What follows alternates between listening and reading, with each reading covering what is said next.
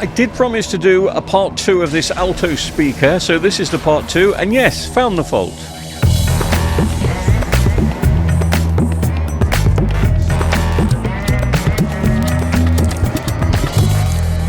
Hello.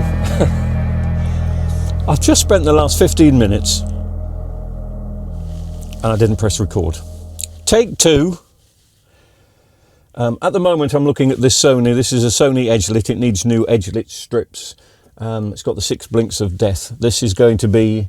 it's a nice TV. It's a nice smart TV. And I just thought it'll be interesting because I've done so many Samsungs of late and the Samsung Prism sheet's all burnt up. So when we take this down, when we take this apart, it'll be nice to find out how Sony can do an Edge-Lit TV and not have any burnt up sheets compared to Samsung. What are Samsung doing wrong? So I've got new strips, going to put those in tomorrow. But anyway, that's tomorrow. That's by the by. A couple of days ago on my day off, I started this and I promised you a part 2. And you wanted there to be a part 2. This was the powered alto speaker, 10-inch, la-di-da-di-da-di-da, that was dead. I think I did a video Thursday night, or can't have been Friday night because that was last night. So probably Wednesday night or Thursday night. And we noticed straight away that there was a couple of bulged caps in the power supply here, which I replaced and suddenly thought, hey ho, this is going to be very easy, but it didn't come back to life. And there's a good reason for that. The bulged caps were an absolute red herring. To be honest with you,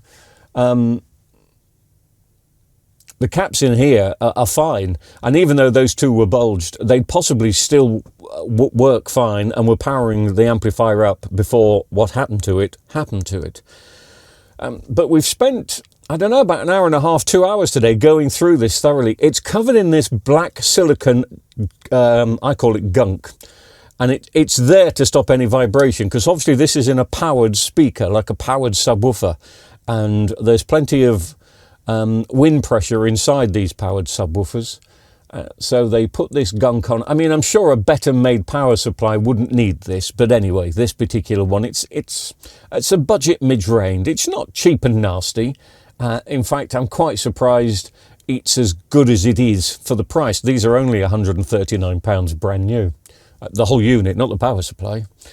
But anyway, we started chasing other caps and doing some testing, which took ages because, of course, all the caps are covered, as you can see, in this horrible black gunk.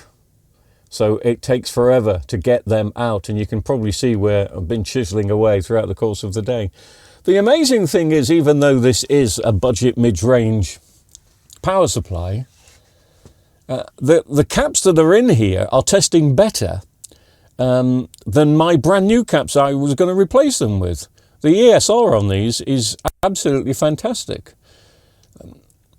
And so called it a day after about an hour and a half, because I suddenly realised you're chasing something that's not there. And what I mean by that is it's wasted time testing the caps if no power's getting to the caps in the first place. And there's absolutely no DC coming along. So we were just about to throw in the towel on this today when suddenly noticed. And again, it's very difficult to see. If you see on this little black heatsink here, well, there should be a voltage regulator in there, but it's hard to see it because, again, it's covered in black gunk. It isn't now because I've taken out the voltage regulator. But I decided to peel away some of the black gunk to realise that the voltage regulator, it will focus. Just takes a couple of years.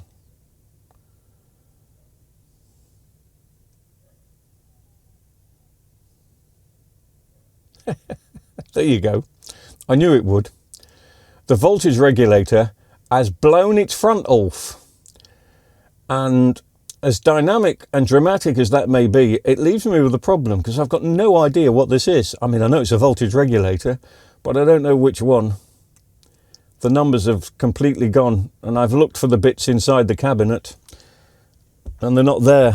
So I am completely stuck. It looks like it's just that voltage regulator. If I can find one of those, whatever it is, this will come back to life. There are numbers on this board, and I'll just show you the numbers just in case you're interested. You can possibly see There's a number there, BYJ. There's a 1603 and some numbers underneath it. But it brings up nothing. There's another number over there which is HBO, I think it is. I think it's 3984. Yeah. Again, do a Google on that. You get absolutely nothing. It looks like this power supply was built by somebody in a bedroom. And he was probably making 10 a day, something like that, because there's just no schematic for these. There's no information. Tried to get details of the transformer, which you can see the number there. Because if we can get the details of that transformer, that would give us the input voltage, which would give us the output voltage of the voltage regulator, and that does help. That narrows it down a little bit, knowing what the output voltage is. You can guess, but you've got to get it pretty spot on. And again, typing that number into Google, no, you don't get anything. So I'm hoping somebody knows. Maybe somebody has worked on one of these before that hasn't had a voltage regulator problem and can go and take a photograph of the voltage regulator. This is the TX210, but the 10 stands for a 10-inch speaker. But they do make a 212 with a 12-inch speaker, and I think a 15 as well. There may even be an 18. And they will all have the same power supply. It's the amplifier that's different inside them. It says in here it's a 300-watt powered speaker, but it isn't. But that's by the by, that doesn't matter. But the power supplies will be the same, and there's a chance it will have exactly the same voltage regulator inside. So I need to find out what is, or using the correct term, what was, not going to focus now, is it? No, okay. What was that? There we go. Is that a number on the end? No, it's just a piece of metal. What was that? Because I can find out what that is, I can put it back in there, then we can screw it all back together, the customer can have it back. If I can't find out what it is, and the customer doesn't want it back, I mean, I've got no use for this powered speaker whatsoever, it's not my bag, man. But for the channel, if the customer doesn't want it back, I can put a cheap AliExpress amplifier and power supply inside, and it'll bring it back to life. But I'm not going to do that and give it back to the customer, because you have a responsibility when you give it back. This belongs to the local social club, and it's probably their bingo microphone transmitter. And I hate for the local news one day to have a headline saying that 30 pensioners have been burned alive after something caught fire in the social club.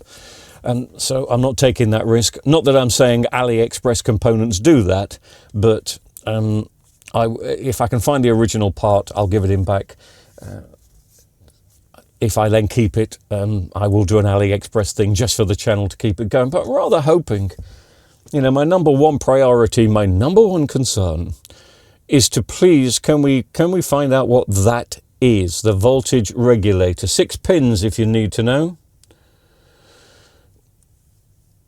There'll be an input which comes straight off the filter capacitor. So the input's 350.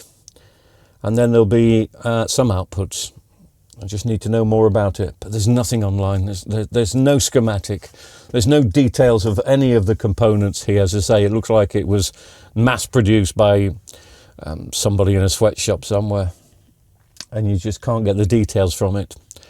So looks like we're going to be beaten by a blooming voltage regulator. I hope not. If anybody's got any suggestions, in the comments, if you'll be some kind. Have a lovely weekend. And I'll bring you with me when I strip this Sony down tomorrow afternoon, so you'll probably see it tomorrow night, something like that. Have a good one. Thank you. Comments if you've got any.